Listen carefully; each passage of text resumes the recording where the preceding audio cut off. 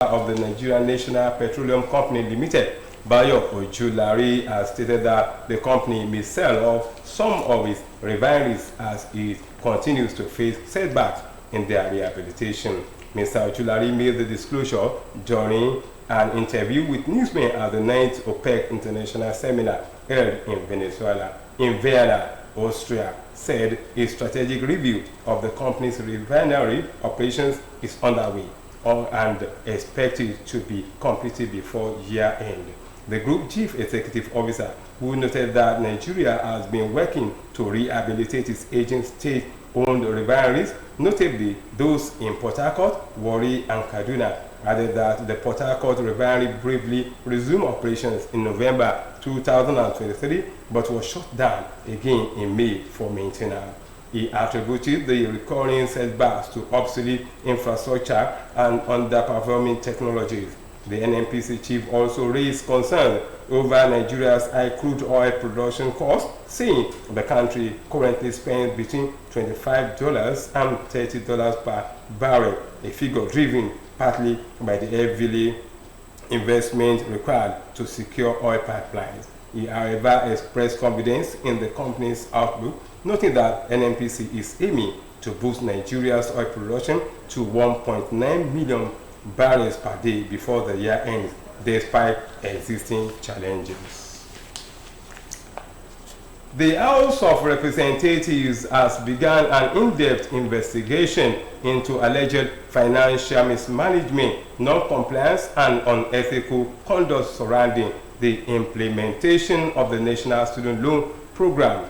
The lawmakers pledged to hold all culpable parties accountable. Speaking during the inaugural public hearing convened by the House Committee on Student Loans, Speaker Tajuddin Abbas emphasized the legislature's resolve to safeguard the integrity of the initiative designed to broaden access to higher education. According to the Speaker, the committee is probing its report on undue delays in disbursement, lack of transparency, and potential collusion among key stakeholders. The investigation follows a motion earlier adopted on the House floor during the plenary. He clarified that the purpose of the exercise is not to target individuals unfair, but to justify systemic weaknesses, correct procedural lapses, and promote accountability in public fund management.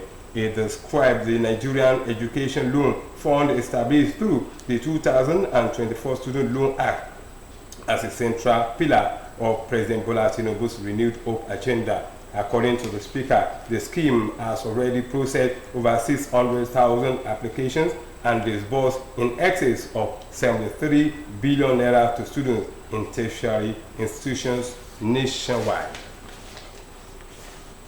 In the same vein, the Nigerian Education Loan Fund has announced that it has resumed payment of upkeep allowances to beneficiary students with updated commercial banks. The spokesperson of NELFON, Mrs. Oseyemi Oluwatoyi, disclosed that over 3,600 students who previously registered with digital-only banking platform have now successfully received their backlog of upkeep payment after updating their detail to conventional commercial bank account in its portal. Mrs. Oluwatoyi also stated that students who are yet to receive their upkeep payment and are still using digital wallet accounts are advised to raise a support ticket via the official NELFON portal to request access for updating their bank details. She added that alternatively, students may report through the industrial training office of their institution, which will compile and forward all related cases to NELFON for resolution.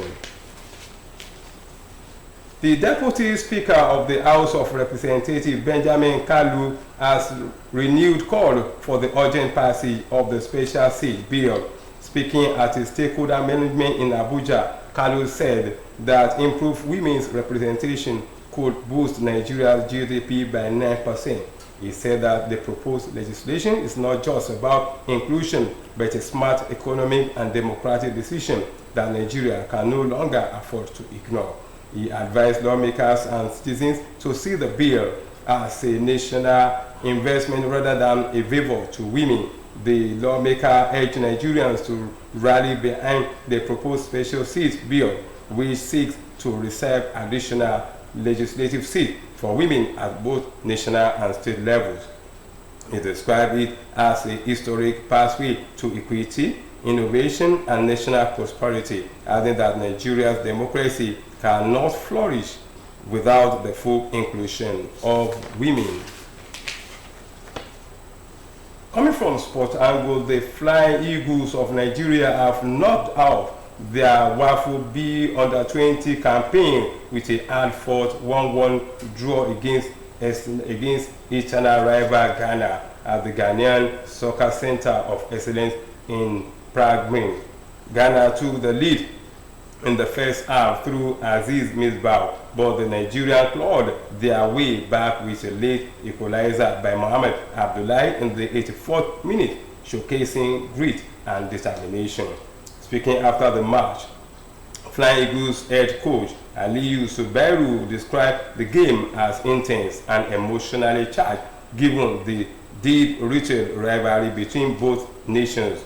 He commended his players for showing character, especially in the second half, stating that the draw was a fair reflection of their effort in what was for their first outing of the tournament.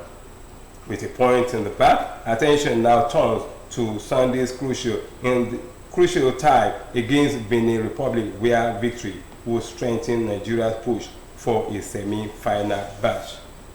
And coming forward from the foreign scene, Senegalese Navy have intercepted 201 West African migrants in the west of the country.